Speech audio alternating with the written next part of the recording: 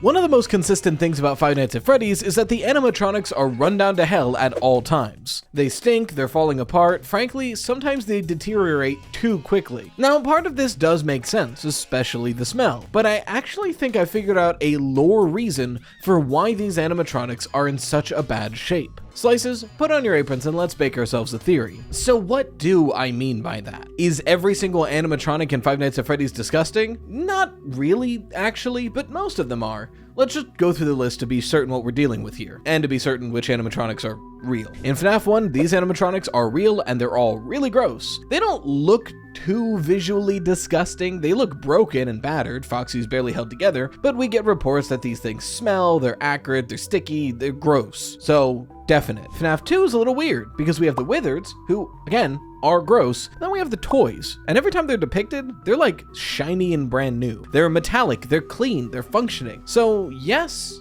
and no. FNAF 3, the Phantoms aren't real, so we don't have to care about them. Springtrap definitively is gross, but we do have a reason. Like there's a body there, so like we'll mark down that he's gross, but you know. FNAF 4, we don't have to care about. These are all nightmares, they're not real. FNAF 5, or Sister Location, these animatronics are real, and they're not gross. They're in fact very clean and pristine again, like the toys. They're shiny, they reflect light. These are like the cleanest animatronics in the entire series. FNAF 6, or Freddy Fazbear Pizzeria Simulator, these are real animatronics, and they're very gross. Look at this weirdo. Security Breach is actually somewhat unique. At the beginning of the game, I would say that none of these animatronics are gross. They're cool, they're shiny, they're new. But over the course of their game, they do start to deteriorate. Granted, many of them are beaten directly by Gregory, but look at Freddy. Freddy does take damage throughout the game, but not this much. Something that a lot of people have correctly pointed out is that Freddy deteriorates weirdly quickly throughout the game. He goes from this to this in the course of like 5 hours. That's weird. So we'll say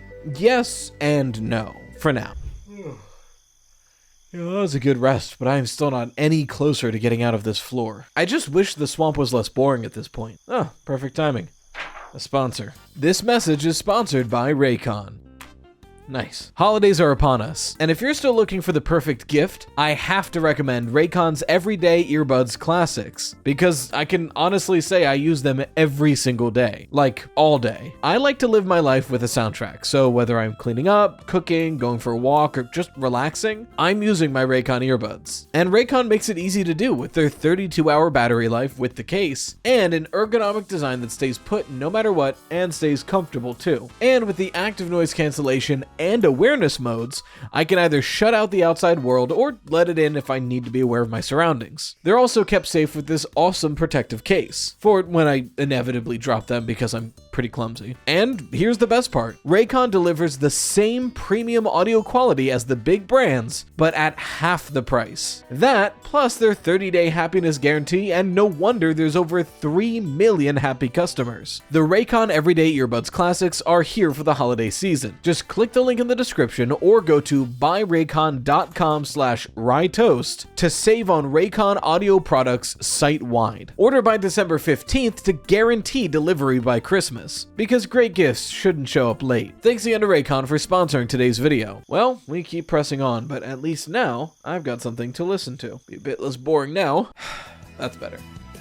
It seems like it's not 100% of the time, actually. Taking out the fake animatronics like the Nightmares and the Phantoms, then it seems like the FNAF 1 animatronics, the Wizards from FNAF 2, the FNAF 6 animatronics, and the Glamrock animatronics by the end of Security Breach are the ones that are rotting and gross and falling apart. Whereas the toy animatronics from FNAF 2, the Sister Location animatronics, and the Glamrocks at the beginning of Security Breach are relatively fine, arguably clean and pristine. So what's going on? Why are some of these animatronics perfectly fine and some disgusting and barely held together? Well, I think FNAF 2 helps establish a pretty clear and distinct line here. So like we mentioned, FNAF 2 is both the withered animatronics and the toy animatronics. And at first, it's tempting to say that the difference in grossness to not gross is just time. After all, these are literally called the withered animatronics. They're older and these are newer. They're brand new. So of course they're shinier and more well kept. But I don't think that's the whole story here. Because look, the Wizards are old, but at this point in the timeline,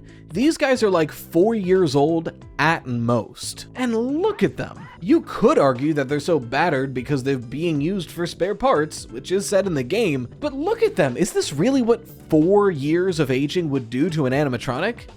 this much? These things look like they're 50 years old and have been discarded and shit on for 40 of them. This doesn't look like just 4 years of being in a back room. Something's up here. Well, what else is different between the toys and the Wizards, besides the fact that one is old and one is new? Many people, myself included, speculate that the toy animatronics are not directly possessed. They're mainly just made with faulty programming, and that's why they're targeting us throughout the game. After all, these toy animatronics have only ever been in this building, and all of the evidence of FNAF 2 suggests that the children that were killed at this location were done so near the end of the week. Meanwhile, the toy animatronics are aggressive and hunting us immediately, so those dead kids can't be the ones to possess the toys. But at the same time, there does seem to be some paranormal activity here. After all, they're literally trying to kill us at night, and we have pretty clear confirmation in one of the emails from Special Delivery, where when trying to recreate Mangle, the engineers complained that there were stories of Mangle crawling on the ceiling,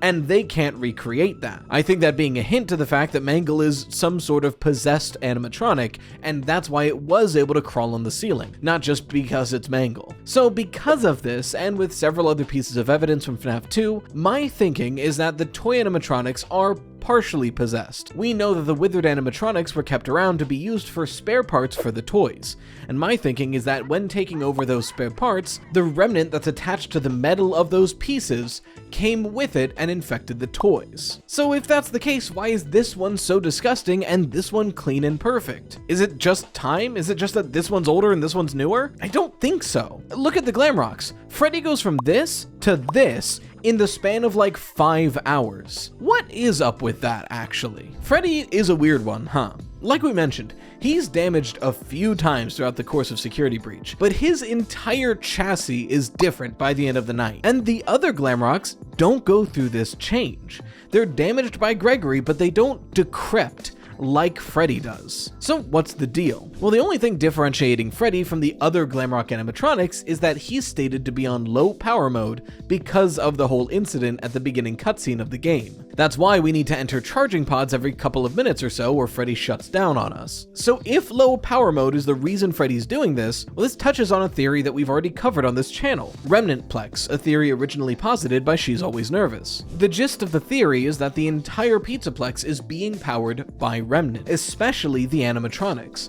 That's why they're so lifelike, they're so clean and pristine, and they're so advanced, even for the time. It's because not only are they well-made machines, but they're being powered by soul energy, essentially. And if that's the case, that would explain why Freddy deteriorates so quickly. In the books, Remnant is described as the mixture of spirit and metal. It's the idea that spirits can attach to metal when they try to possess something. It's also very loosely explained. If anybody ever claims to know exactly what Remnant is, they're lying to you, because the books don't even know exactly what Remnant is. Sometimes it's described more as memory than soul. It's never super clear. We see in the books Remnant repairing things, mending things, healing people. It's a very positive force. One of the stories of Fazbear Frights, To Be Beautiful, literally has a girl not notice that parts of her body are being replaced by garbage because she has a necklace of Remnant around her neck. She feels and looks like a normal girl, but the moment the necklace is taken off, very quickly the truth of the garbage underneath starts to reveal itself. She barely makes it home before falling into a pile of her own garbage because the Remnant necklace was taken off. So if Freddy is more worse for wear than we realized by the beginning of the game, this is kind of the same exact story. The idea that Freddy has taken all this damage throughout the Security Breach Pizzaplex being open,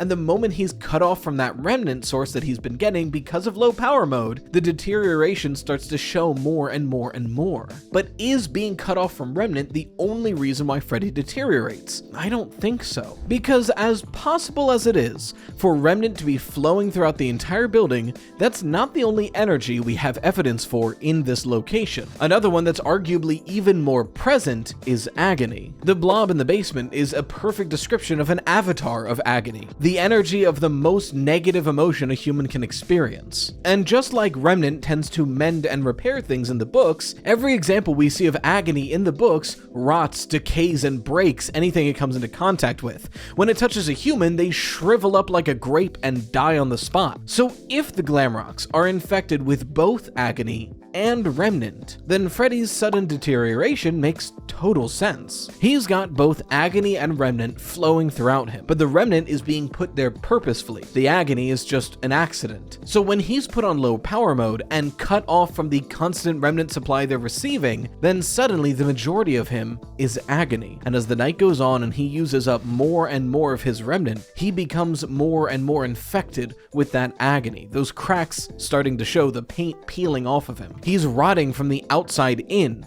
because of this Agony. And maybe that's exactly the key. The reason why some animatronics are disgusting and some of them aren't. How much Agony or Remnant is infecting their bodies. I think the cleanliness and put togetherness of an animatronic is directly related to how much Remnant or Agony that animatronic has. So let's start with FNAF 2. The withered animatronics are infected with both Remnant and Agony. They have the Agony of what happened at the first Freddy's restaurant throughout them, and the Remnant of the missing child incident souls within them. But as their pieces are being plucked off and used for the toys, only the Remnant is going with it, which is why the toys are so pristine, but the withereds are so degraded. The withereds are actively losing Remnant, which means the balance is being upset and there's more Agony than Remnant in their body, whereas the toys are only receiving Remnant. As far as we're aware, they don't get infested with Agony until they're discarded. So these robots, which are already normal, are receiving Remnant, which makes them even more pristine. And these robots, which have Agony and Remnant, are losing their Remnant and becoming more withered. So then, the toys are discarded, and by FNAF 1, the original animatronics are still dingy and gross despite all the repairs and remodeling done to them because of that very same Agony. FNAF 3, that's a weird one. I think William has Agony and Remnant inside of him, that's why he's held together, but Springtrap is kind of like a misnomer in this conversation, so we'll put him aside. FNAF 4, they're all nightmares, don't have to talk about that. And then in Sister Location, things are a little interesting. There's likely some Agony down here due to how awful all of this is. But as far as what's written in the text of these games, we know for near certain that the whole purpose of the Sister Location bunker is Remnant experimentation. The Scooper's blueprints are literally describing it as a Remnant injector. So it's likely that these animatronics were being pumped full of Remnant constantly, and lo and behold,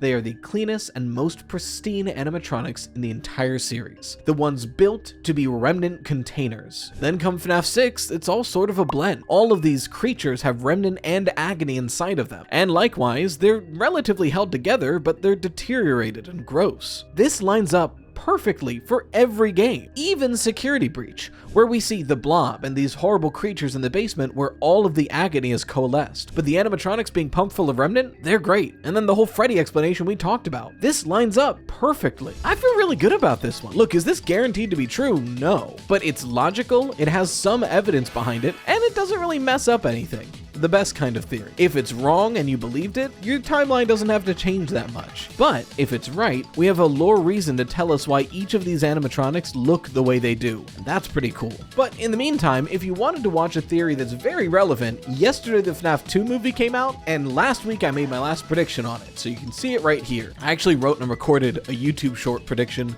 for the movie that's gonna come out like 2 days from now, so this might be kind of embarrassing, but I'll find out in 2 days. I also wrote this before the FNAF 2 movie comes out. Anyway, if you want your fan art featured on the channel, make sure to share with #ToastArt. A huge thank you to the best channel members, the Dough Risers, and until next time, as always, stay toasty, slices.